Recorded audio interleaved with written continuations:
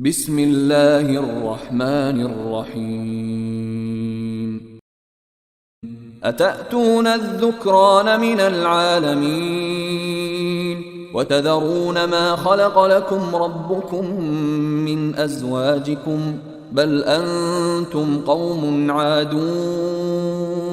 قالوا لئن لم تنته يا لوط لتكونن من المخرجين قال إني لعملكم من القالين رب نجني وأهلي مما يعملون فنجيناه وأهله أجمعين إلا عجوزا في الغابرين ثم دمرنا الآخرين وأمطرنا عليهم مطرا فساء مطر المنذرين